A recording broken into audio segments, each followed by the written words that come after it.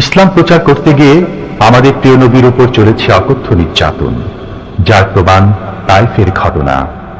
সেই কাহিনী এখন আমাদের সামনে সুললিত কণ্ঠে তুলে ধরছেন প্রখ্যাত মুফাসসিরে কোরআন হযরত মাওলানা দেলোয়ার হোসাইন সাঈদী। ক্যাসেটটির প্রযোজনায় সিএইচপি, পরিবেশনায় স্পন্দন অডিও ভিজুয়াল সেন্টার, ঢাকা। শুনুন তাইফের কাহিনী। তায়েফের ময়দানে আমার রাসূল রক্ত দিয়েছেন। আমি সেই তায়েফ সফর করেছি। সেই তায়েফ, আমি তায়েফের ইতিহাস হাদিসে পড়েছি, চোখে দেখি নাই। তায়েফের চিত্র নিজের চোখে দেখে প্রাণ ভরে কেঁদেছি, যেখানে রাসূলের রক্ত পড়েছে। 3টি জায়গায় রাসূলের রক্ত পড়েছে। সবচাইতে বেশি রক্ত পড়েছিল যে জায়গাটিতে, সেই জায়গায় প্রাণ ভরে কেঁদেছি। আমার স্ত্রী আমার সাথে ছিলেন।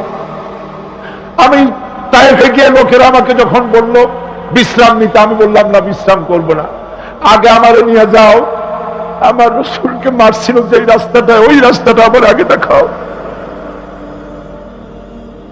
3 দিনের না খাওয়া, রাস্তার 2 দিকে কাফেররা দাঁড়ানো, চতুর্দিক থেকে পাথর মারা শুরু করে দিল। আহারে, এমন সুন্দর চেহারার মানুষ দেখে কেমনে মারল তারা। হুজুর পড়ে গেলেন, ওরা কাফেররা এসে জোর করে ধাক্কা মেরে হাঁটানো। আবার হুজুর পড়ে গেলেন, বেহুশ হয়ে পড়লেন। আবার ওরা উঠাইয়া জোর করে আবার হাঁটানো। তৃতীয় শেষ জায়গায় গিয়ে হুজুর বেহুশ হয়ে পড়ে গেলেন। শরীর থেকে সবচাইতে বেশি রক্ত পড়েছে সেখানে। আমি লম্বা সেজদায় পড়ে এত কান্না কাঁদছি, আরে আমার নবীজির রক্ত পড়েছে এই বাড়িতে।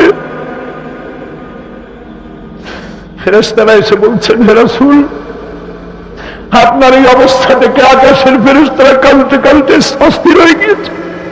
আপনি আমাদের অনুমতি দেন, এই পাহাড় চাপা দিয়া কাফেরের গোষ্ঠী সাফ করে দেই। আমার নবীজি বললেন, না, আমি তো বলবো না।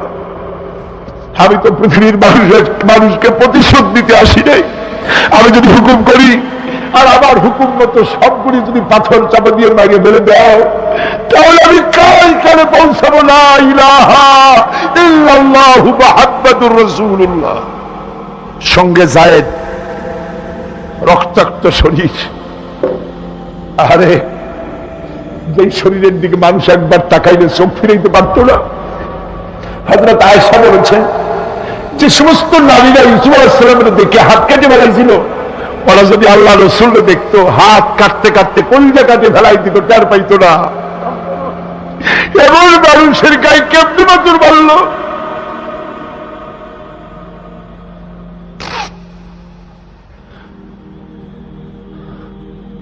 রাসূল কারীম সাল্লাল্লাহু আলাইহি ওয়াসাল্লাম বসে আছেন, শরীর থেকে রক্ত ঝরছে। বুখারী শরীফে এসেছে, আত্তাস নামক এক যুবক আঙ্গুরের বাগান থেকে 1 গ্লাস আঙ্গুরের শরবত এনে হুজুরের হাতে দিলেন। কষ্টের পর 3 দিনের না খাওয়া ক্ষুধার্ত নবী 1 গ্লাস আঙ্গুরের শরবত সবটুকুন পান করে একটা স্বস্তির নিঃশ্বাস ফেললেন। বললেন, তোমার নাম না আত্তাস? তিনি বললেন, হ্যাঁ, আমার নাম আত্তাস। তোমার বাড়ি হযরত ইউনূস আলাইহিস সালামের গ্রামে? বললেন যে হ্যাঁ, আমার বাড়ি ইউনূস আলাইহিস সালামের গ্রামে। যুবক জিজ্ঞেস করলেন, হুজুর, আপনি কি করে বুঝলেন আমার নাম আত্তাস আর আমার বাড়ি ইউনূস আলাইহিস সালামের গ্রামে? আপনি জানলেন কি করে? হুজুর বললেন, আমিও নবী, ইউনূস আলাইহিস সালামও নবী। এক নবীর খবর আর এক নবীর কাছে থাকে। রাসূল গায়ের রক্তগুলি ধুয়ে 2খানা হাত আল্লাহর দরবারে তুললেন। আজকে দুনিয়ায় কেউ নাই হুজুরের, খাদিজা নাই, আবু তালেবও নাই। রাসূল একা। সাহাবীরা দিনের বেলায় কাফেরদের ভয়তে হুজুরের সঙ্গে দেখা করতে পারে না। হুজুর বলেন, আমার ওই কষ্টের সময় খাদিজা নাই। ওই সব পাথরগুলি আমি আজও চিনি, যে পাথরগুলি আমি যাওয়ার সময় রাস্তায় পাথরগুলি আমাকে বলেছে, আসসালামু আলাইকা ইয়া রাসূলুল্লাহ। পাথরগুলি আমাকে সালাম করেছে। আল্লাহ পাক আমাকে সান্ত্বনা দিয়ে বলেছেন, ইয়া আইয়ুহান নবী হাসবুকাল্লাহ। ও নবী, কোন চিন্তার কারণ নাই, আমি আল্লাহ তোমার জন্য যথেষ্ট। আবু জেহেল, আবুল আহাব, উতবা এবং শাইবা সবসময় রাসূল করিম সাল্লাল্লাহু আলাইহি ওয়াসাল্লামের বিরুদ্ধচারণে ব্যস্ত থাকত। তারা মহাগ্রন্থ আল কোরআনের উৎস জানার চেষ্টা করল। এই সম্পর্কে মুহতারাম মাওলানা আলোচনা করছেন। আবু জেহেল, আবুল আহাব, উতবা, শাইবা এরা সবাই রাসূলের ঘরের চার কোনায় দাঁড়িয়ে কোরআনে কারীম তারা আবিষ্কার করতে গেছে যে মুহাম্মদ সাল্লাল্লাহু আলাইহি ওয়াসাল্লাম কোরআনের নামে যে কথাগুলি বলেন, এই কথাগুলি তিনি কোত্থেকে আবিষ্কার করেন, কোথা থেকে পান? তিনি কি কোনো কবির কাছ থেকে ট্রেনিং নেন? কোথা থেকে এগুলি পান তিনি? তাই জানার জন্য ওরা গিয়ে, আবু জেহেল যে গিয়েছে আবু সুফিয়ান তা জানে না, উতবা যে গিয়েছে শাইবা তা জানে না, একে অপরের অজান্তে ঘরের চার কোনায় দাঁড়িয়ে আছে। গভীর রাত্রে সরকারে দো আলম আশরাফুল আম্বিয়া নবী মুহাম্মদ রাসূলুল্লাহ সাল্লাল্লাহু আলাইহি ওয়াসাল্লাম তেলাওয়াত করা শুরু করেছেন। এখন বুঝুন, একে তো আল্লাহর কালাম আর তেলাওয়াত করছেন তিনি যার উপরে এটা অবতীর্ণ হয়েছে। একটু আগে যে কারি সাহেব তেলাওয়াত করতেছিলেন, কি বলেন, কেমন লাগলো? সুবহানাল্লাহ, সুবহানাল্লাহ, মনে হচ্ছিল সারা রাত তেলাওয়াত হোক আর শুনতে থাকি। এখন বুঝুন যে রাসূল নিজে তেলাওয়াত করতেছেন। আবু জেহেল, আবু সুফিয়ান, উতবা, শাইবা আল্লাহর নবীর ঘরের চার কোনায় দাঁড়িয়ে নবীজির তেলাওয়াত করা কোরআনে কারীম শুনতেছে। ওদের মনে মনে চিন্তা জাগলো, আরেকটু শুনে তারপরে বাড়ি যাব, আরেকটু শুনে নেই তারপরে বাড়ি যাব। এভাবে করে চিন্তা করতে করতে নবীজির মুখে আল্লাহ রাব্বুল আলামিনের কালাম শুনে শুনে চারটা কাফেরের জন্য ফজরের রক্ত হয়ে গেছে। বাড়ি যাওয়া তো দূরের কথা, দাঁড়ানো থেকেও তো বসার সময় পায় নাই। কোরআনে কারীমের আকর্ষণ, এ মোহাব্বত মানুষকে এভাবে টেনে আনে। দেখুন, শুধুমাত্র লিফলেট ছড়ানো হয়েছে আর পত্রিকায় একটু এসেছে তাফসীরুল কোরআন মাহফিল হবে। 3 দিনের মাহফিলের প্রথম দিনই মাঠের কাম সারা হয়ে গেছে। এরপরে কাল এবং পরশু কি হাসর হবে আল্লাহ রাব্বুল আলামিন ভালো জানেন। আমার ভাইরা, এই আকর্ষণ আমি বলে থাকি আল্লাহর কসম, এই আকর্ষণ সাইদির নয়, এই আকর্ষণ আল্লাহ রাব্বুল আলামিনের কোরআন মাজিদ। এর থেকে যারাই এই কোরআন থেকে মানুষকে বিচ্ছিন্ন করতে চাইবে, ওরাই জনগণ থেকে চিরতরে বিচ্ছিন্ন হয়ে যাবে। বন্ধুগণ, আবু জেহেল, আবু সুফিয়ান, উতবা, শাইবা 4 জন রওনা করেছে সকালবেলায়। আবু জেহেল জিজ্ঞেস করছে, আবু সুফিয়ান রে কখন আসছো? অত রাত্রে। উতবা, শাইবা তারাও বলল মুখ রাত্রে। কেউ কোনো কথা বলে না।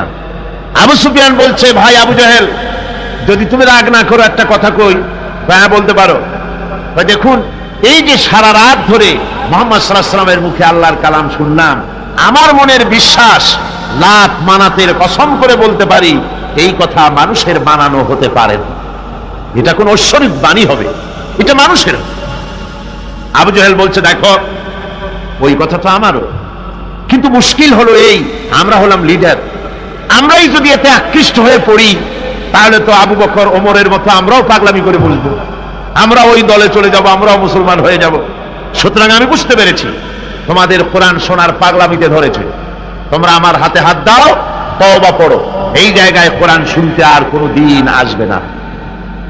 কি করবে? ইচ্ছের বাইরে নেতাকে খুশি রাখতে হয়, তাই বাধ্য হয়ে সবাই তওবা করবে। তওবা করে বাড়ি চলে গেছে। সন্ধ্যা যখন পার হয়ে গেল, আবু সুফিয়ান ভাবলো, আবু জেহেল নিজেই যখন তওবা পড়িয়েছে, সে তো আর আসবে না।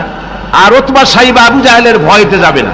আমি আজকে একা একা মুহাম্মদ সাল্লাল্লাহু আলাইহি ওয়াসাল্লামের ঘরের কোনায় গিয়ে প্রাণ ভরে কালামুল্লাহ শুনবো। উতবাও তাই ভেবেছে, শাইবাও তাই ভেবেছে। এদিকে আবু জেহেল মনে মনে ভাবলো, ওরা 3 জনে আমার হাতে তওবা পড়েছে, আমার নেতৃত্বের প্রভাব, আমার ভয়তে ওরা কেউ আসবে না।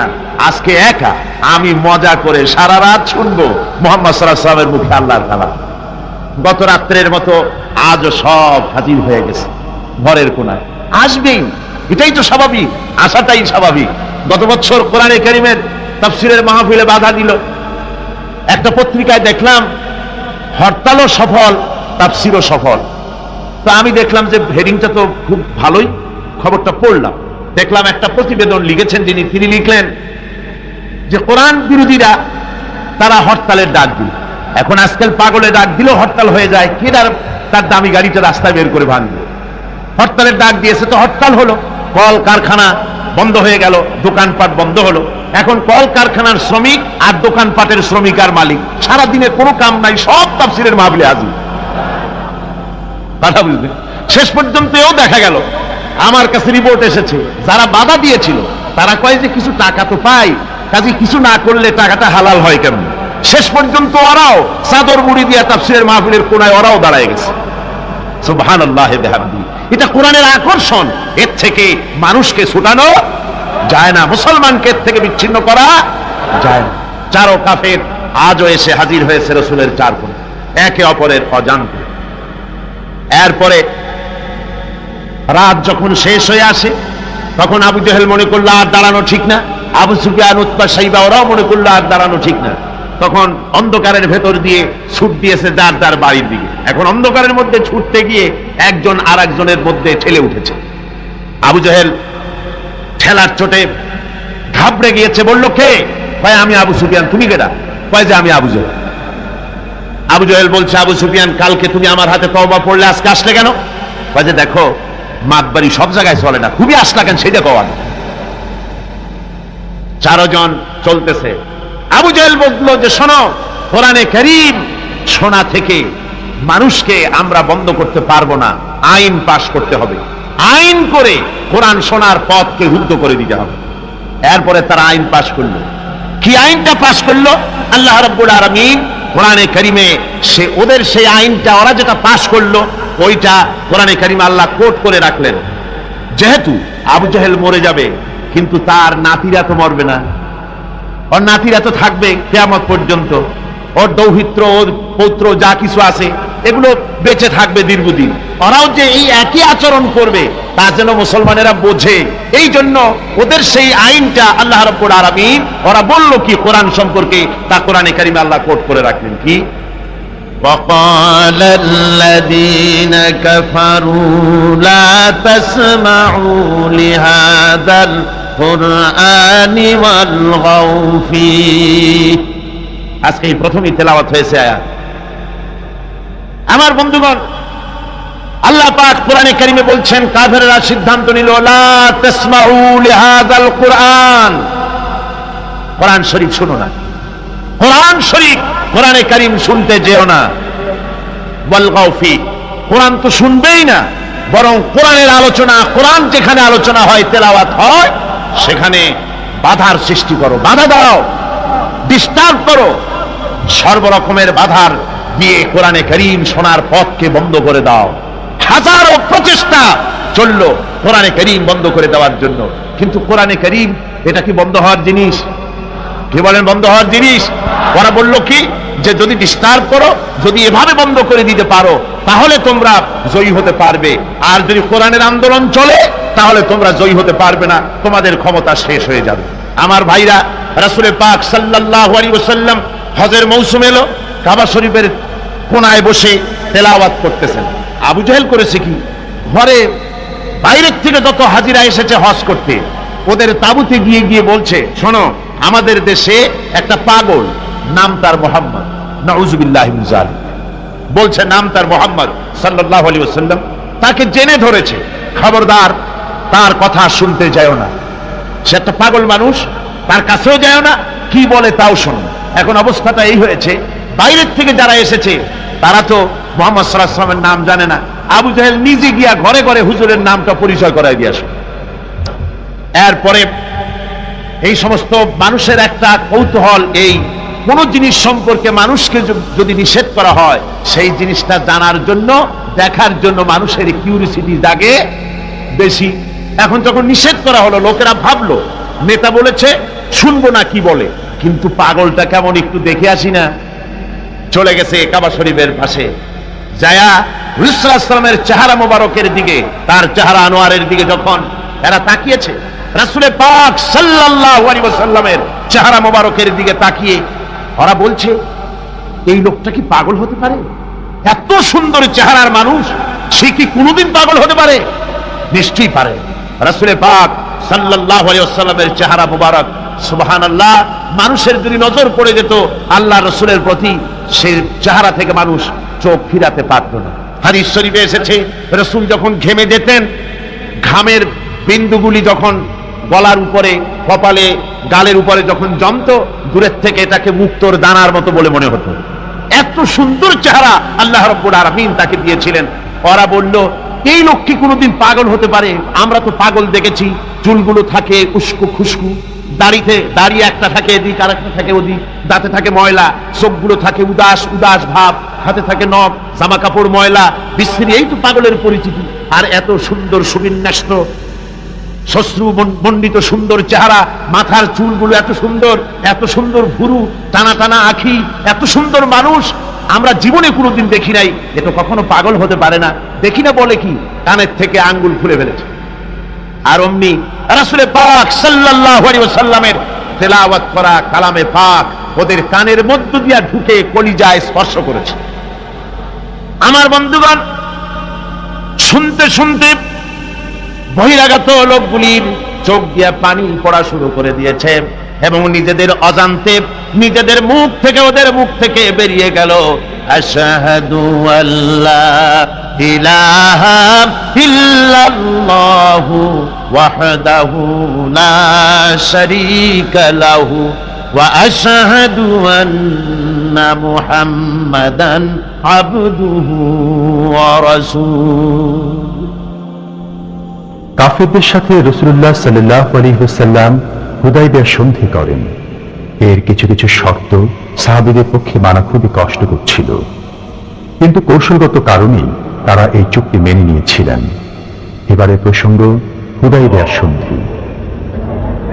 হুদায়বিয়ার দিনে, হুদায়বিয়ার সন্ধির দিনে সন্ধিপত্র লেখা হলো, হুজুরের নাম লেখা হলো মিন মুহাম্মাদুর রাসূলুল্লাহ। তার পক্ষ থেকে কুরাইশদের মধ্যে চুক্তিপত্র লেখা হচ্ছে। কুরাইশরা বলল, মুহাম্মদ সাল্লাল্লাহু আলাইহি ওয়াসাল্লামের নামের সামনে যদি রাসূলুল্লাহ লেখো তাহলে তো চুক্তির কোনো দরকার নাই, আমরা তো তাকে রাসূল মানি না, নাউযুবিল্লাহ। মুহাম্মদ বিন আব্দুল্লাহ যদি লেখো তাহলেই আমরা এই চুক্তি মানব। রাসূল করিম সাল্লাল্লাহু আলাইহি ওয়াসাল্লাম হযরত আলীকে ডাকলেন, আলী গো, চুক্তিপত্রে যেখানে আমার নাম মুহাম্মদুর রাসূলুল্লাহ লেখা আছে, আমার নামের সামনে থেকে রাসূলুল্লাহ নামটা বাদ দিয়ে দাও, মুহাম্মদ বিন আব্দুল্লাহ লেখো। হযরত আলী বলছেন, ইয়া রাসূলুল্লাহ, সারা জীবন আপনার গোলামি করেছি, যা বলেছেন তাই শুনেছি, জীবনটাও আপনার জন্য দেওয়ার জন্য প্রস্তুত আছি, ভবিষ্যতেও যত কথা বলবেন সব মাথা পেতে মেনে নেব, কিন্তু আজকের এই হুকুম আমার পক্ষে মানা সম্ভব হবে না। আমি আলীর পক্ষে কিছুতেই সম্ভব নয় যে আল্লাহর নবীর নামের সামনে থেকে মুহাম্মদুর রাসূলুল্লাহ আমি কেটে দেব। রাসূলুল্লাহ শব্দ আমি কাটতে পারবো না, এটা আমার পক্ষে সম্ভব নয়। নবীজি বললেন, আলী, কোন জায়গায় রাসূলুল্লাহ লেখা আমারে দেখো, আমি কেটে দিই। আমার বন্ধুগণ, নাম লিখতে জানেন না, সই করতে পারেন না, পড়তে জানেন না, তিনি বলতেছেন, ইন্নামা বুইসতু মুআল্লিমান, আমি পৃথিবীতে প্রেরিত হয়েছি শুধুমাত্র শিক্ষক হিসেবে দুনিয়ায় এসেছি। সুবহানাল্লাহ। দুনিয়ার কোন শিক্ষা প্রতিষ্ঠানে আল্লাহ রাব্বুল আলামিন তার হাবিবকে পড়ান নাই, যেহেতু তিনি তো বিশ্ব নবী। আমার নবী কি নবী? জোরে কর না, কি নবী? আপনার আমার নবী বিশ্ব নবী। বিশ্ব নবী সাধারণ মানুষের কাছে কি পড়বে? যে পড়াবে তার মগজ তো ছোট, তার জ্ঞান তো সীমিত। সীমিত জ্ঞান দিয়া বিশ্ব নেতারে কি শিখাবে, বিশ্ব নবীরে কি শিখাবে? এই জন্য আল্লাহ রাব্বুল আলামিন বিশ্ব নবীর শিক্ষক আল্লাহ পাক নিজে হয়ে গেলেন। কোরআনে কারীম বলছে, যখনই নবীদের জ্ঞানের কথা এসেছে তখনই আল্লাহ পাক বলেছেন, আমি জ্ঞান দিয়েছি। লক্ষ্য করুন, হযরত ইব্রাহিম আলাইহিস সালাম তার পিতাকে ডেকে বলছেন, ইয়া আবাতি ইন্নী ক্বাদ জাআনি মিনাল ইলমি মা লাম ইয়াতিকা ফাত্তাবি'নি আহদিকা সিরাতান সাবিয়্যা। হে পিতা, বিশ্বাস করো, আমার কাছে এমন এক জ্ঞান এসেছে যা তোমার কাছে নাই, যা তোমার কাছে আসেনি। তুমি আমার অনুসরণ করো, আমি তোমার সোজা পথ দেখাই দেবো। সুবহানাল্লাহ। তুমি আমাকে অনুসরণ করো, যেহেতু আমার কাছে যে জ্ঞান আসছে ওই জ্ঞান তোমার কাছে নাই। ইব্রাহিম আলাইহিস সালামের কাছে কার জ্ঞান আসছে? আল্লাহ রাব্বুল আলামিনের জ্ঞান। লূত আলাইহিস সালামকে নবুয়ত প্রদান করে আল্লাহ রাব্বুল আলামিন বলছেন, ওয়ালুতান আতাইনাহু হুকমান ওয়া ইলমা। আমি লূতকে আমার পক্ষ থেকে জ্ঞান দান করেছি, হিকমত দিয়েছি, বিজ্ঞান শিক্ষা দিয়েছি, আমি তাকে ইলম দান করেছি। সুবহানাল্লাহ। আমি তাকে ইলম দিয়েছি। মুসা আলাইহিস সালাম সম্পর্কে আল্লাহ পাক বলেন, ওয়ালাম্মা বালাগা আশুদ্দাহু ওয়াস্তাওয়া আতাইনাহু হুকমান ওয়া ইলমা। মুসা আলাইহিস সালাম যখন বয়স সন্ধিক্ষণে পৌঁছে গেলেন, যখন তিনি পূর্ণ বয়স প্রাপ্ত হলেন এবং তিনি যখন নিজেকে সম্পূর্ণ লালন পালন করার কাজ যখন তার সম্পূর্ণ হয়ে গেল, আমি তখন আমার পক্ষ থেকে তাকে ইলম দান করেছি, জ্ঞান দান করেছি, হিকমত দিয়েছি, জ্ঞান দিয়েছি। রাসূল করিম সাল্লাল্লাহু আলাইহি ওয়াসাল্লাম সম্পর্কে আল্লাহ পাক বলছেন, ওয়ালা ইন ইত্তাবা'তা আহওয়াআহুম বা'দাল্লাযী জাআকা মিনাল ইলম মা লাকা মিনাল্লাহি মিন ওয়ালিয়্যিন ওয়ালা নাসীর। তুমি যদি জ্ঞান লাভের পরও তাদের প্রবৃত্তির অনুসরণ করো, তাহলে আল্লাহর কাছ থেকে তোমাকে রক্ষাকারী কেউ থাকবে না, কোন সাহায্যকারী তুমি পাবে না। আমি যে জ্ঞান তোমাকে দিয়েছি এটারই অনুসরণ করো, এর মধ্যেই মুক্তি, বিশ্ববাসীর মুক্তি এই জ্ঞানের অনুসরণের ভেতরে। প্রত্যেক জাতির জন্য আল্লাহ রাব্বুল আলামিন নিজের পক্ষ থেকে রাসূল পাঠিয়েছেন। আল্লাহ পাক বলেছেন, ওয়ালিকুল্লি উম্মাতির রাসূল। প্রত্যেক জাতির জন্য আমি রাসূল প্রেরণ করেছি। এমন কোন জাতি নাই যার কাছে নবী রাসূল পাঠানো হয় নাই। ওয়া ইম মিন উম্মাতিন ইল্লা খালা ফিহা নাযীর। সমস্ত নবীদের কাছে, সমস্ত উম্মতের কাছে, জাতির কাছে আমার পক্ষ থেকে আমি নবী পাঠাইছি। সুবহানাল্লাহ। কেউ যেন বলতে পারে না যে আমরা আল্লাহর পক্ষ থেকে কোনো দাওয়াত পাই নাই, আল্লাহর পক্ষ থেকে সত্যকে চেনার কোনো রাস্তা পাই নাই। এই জন্য প্রত্যেক নবীদের, প্রত্যেক উম্মতের জন্য, জাতির জন্য আল্লাহ সুবহানাহু ওয়া তাআলা তিনি নবী পাঠিয়েছেন নিজের পক্ষ থেকে, হেদায়েত পাঠিয়েছেন নিজের পক্ষ থেকে। এই নবীদেরকে পাঠানোর উদ্দেশ্য কি ছিল? কোরআনে কারিমে আল্লাহ পাক বলেন, আমাদের নবীকে আল্লাহ পাক ডেকে বলছেন, আলিফ লাম রা কিতাবুন আনজালনাহু ইলাইকা লিতুখরিজান নাসা মিনাজ-যুলুমাতি ইলান নূর। আলিফ লাম রা কিতাবুন আনজালনাহু ইলাইকা লিতুখরিজান নাসা মিনাজ-যুলুমাতি ইলান নূর। এই কিতাব আমি আপনার উপর অবতীর্ণ করেছি। এ হচ্ছে একখানা কিতাব। এই কিতাবখানা আমি আপনার প্রতি অবতীর্ণ করেছি। এই জন্য করেছি কিতাব অবতীর্ণ, যাতে করে মানব মণ্ডলীকে পঞ্জীভূত অন্ধকারের ভিতর থেকে বের করে আলোর দিকে নিয়ে আসতে পারেন। এই বিশ্ব হচ্ছে অন্ধকারে ভরা। পৃথিবীতে মানব রচিত যত মতবাদ আছে সব হচ্ছে অন্ধকার। সবগুলি কি? অন্ধকার। এই অন্ধকারের ভিতর থেকে আলোর দিকে নিয়ে আসবেন। আলো হচ্ছে কি? ইসলাম।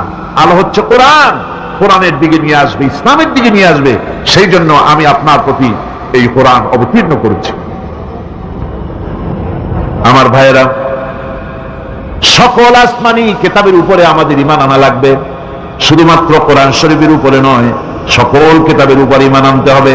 কোরআনকে যেমন মানি, মুহাম্মদ সাল্লাল্লাহু আলাইহি ওয়াসাল্লামকে যেমন মানি, সব নবীদের উপরে ওইরকম ঈমান আনতে হবে। কোরআন যেমন মানি ওই রকম করে সমস্ত কিতাবের উপরে ঈমান আনতে হবে। এটার শর্তই দেওয়া হয়েছে, মুমিন হচ্ছে তারা, ওয়াল্লাযীনা ইউমিনুনা বিমা উনজিলা ইলাইকা ওয়া মা উনজিলা মিন ক্বাবলিক। মুমিন হচ্ছে সেই সব লোক, মুত্তাকি হচ্ছে তারা যারা তোমার উপরে নাযিলকৃত কিতাবের উপর ঈমান এনেছে এবং এর আগে যত কিতাব আসছে সমস্ত কিতাবের উপর ঈমান এনেছে, তারাই হচ্ছে মুত্তাকি, তারাই হচ্ছে মুমিন। আল্লাহ পাক বলেন, নাযালা আলাইকাল কিতাবা বিল হক مصدقا لما بين يديه আল্লাহ তোমার প্রতি সত্য সহকারে যে কিতাব নাজিল করেছেন আর এর পূর্বে আগত সকল কিতাবের উপরে এর সত্যতা প্রমাণ করেন। এ কোরআন হচ্ছে আগের যত কিতাব নাজিল হয়েছে সমস্ত কিতাবের সত্যতা প্রমাণকারী কিতাব। এই জন্য মুমিনদেরকে বলতে বলা হয়েছে قل آمنا بالله وما أنزل علينا وما أنزل على إبراهيم وإسماعيل وإسحاق ويعقوب والأسباط বলো আমরা ঈমান এনেছি আল্লাহর প্রতি, আমাদের প্রতি অবতীর্ণ কিতাবের প্রতি, আর ইব্রাহিম, ইসমাইল, ইসহাক, ইয়াকুব এবং তার আওলাদদের প্রতি যে কিতাব অবতীর্ণ হয়েছে সমস্ত কিতাবের উপর আমরা ঈমান এনেছি। وما أوتي موسى وعيسى والنبيون من ربهم لا نفرق بين أحد منهم ونحن له مسلمون আর মুসা, ঈসা, অন্যান্য নবীদের উপরে যত কিতাব অবতীর্ণ হয়েছে সমস্ত কিতাবের উপরে আমরা ঈমান আনতেছি, আর আমরা হচ্ছি আল্লাহ পাকের আজ্ঞাবহ, আমরা হচ্ছি আল্লাহ পাকের বান্দার মধ্যে আমরা শামিল। আল্লাহ পাক বলছেন এই পৃথিবীতে আমি যত নবী পাঠাইছি সমস্ত নবীদের সাথে তিনটা জিনিস দিয়েছি। কয়টা জিনিস? তিনটি জিনিস দিয়েছি সমস্ত নবীদের। لقد أرسلنا رسلنا بالبينات وأنزلنا معهم الكتاب والميزان ليقوم الناس بالقسط নিঃসন্দেহে আমি নবীদেরকে স্পষ্ট নিদর্শনাদি সহ এই পৃথিবীতে পাঠিয়েছি এবং সেই সঙ্গে তাদেরকে কিতাব দিয়েছি আর তাদেরকে মিজান দান করেছি, বাইয়িনাত দান করেছি। তিনটা জিনিস দিয়েছি, এক দিলাম বাইয়িনাত, আর এক দিলাম কিতাব, আর এক দিলাম মিজান। কয়টা হলো? তিনটা। বাইয়িনাত কি? বাইয়িনাত হলো, বাইয়িনাত বলা হয় এমন জিনিসগুলি কি যা একজন নবীর আচার আচরণ দেখে বুঝতে পারা যায় নিঃসন্দেহে ইনি আল্লাহর নবী। সুবহানাল্লাহ। এটাই হচ্ছে বাইয়িনাত। তার চরিত্র, তার আচার আচরণ এগুলি প্রমাণ করে তিনি নবী।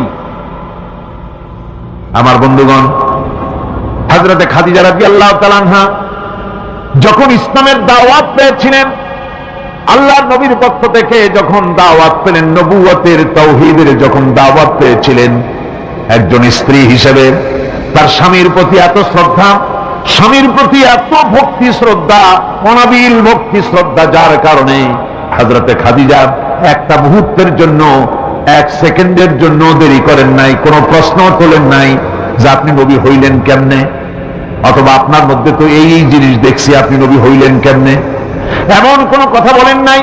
যখনই নবুয়তের তাওহীদের দাওয়াত পেলেন,